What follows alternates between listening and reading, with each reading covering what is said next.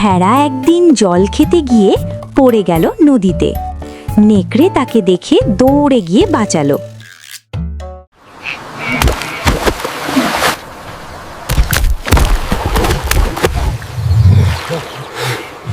ভেড়াকে নদী থেকে বাঁচাতে দেখে বনের সব প্রাণী তো নেকড়েকে দেখে অবাক। তারা বলল, তোমরা তো শত্রু। নেকড়ে উত্তর দিল, আজ থেকে আমরা এটা পাল্টে দেব। You are enemies. From today we will change that. নেকড়ে ও ভেড়া হয়ে গেল পরস্পরের বন্ধু।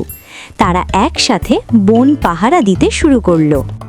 বনের গভীরে এক নেকড়ে আর ভেড়ার মাঝে গড়ে উঠেছে এক অদ্ভুত বন্ধুত্ব। তারা একসাথে রক্ষা করে এই অরণ্যকে। এই গল্প থেকে শিখতে পারি, বন্ধুত্ব ভুলিয়ে দিতে পারে শত্রুতা।